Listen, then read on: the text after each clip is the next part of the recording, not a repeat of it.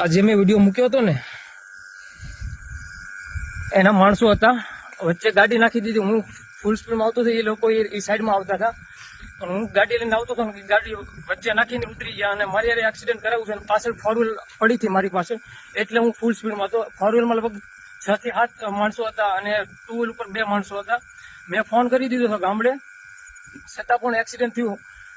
મારે મિત્રો થોડાક મેં મોડો ફોન કર્યો હતો, એટલે મિત્રો મોડા આવ્યા.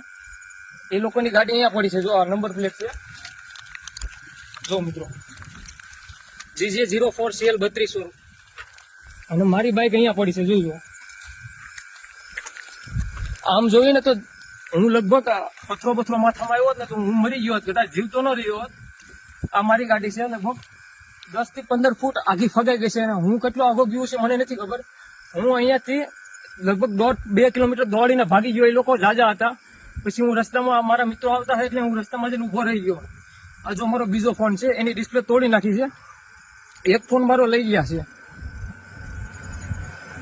તો આની વાહન કંઈક કાર્યવાહી કરે પોલીસ તંત્ર, ખૂબ જ જરૂરી છે.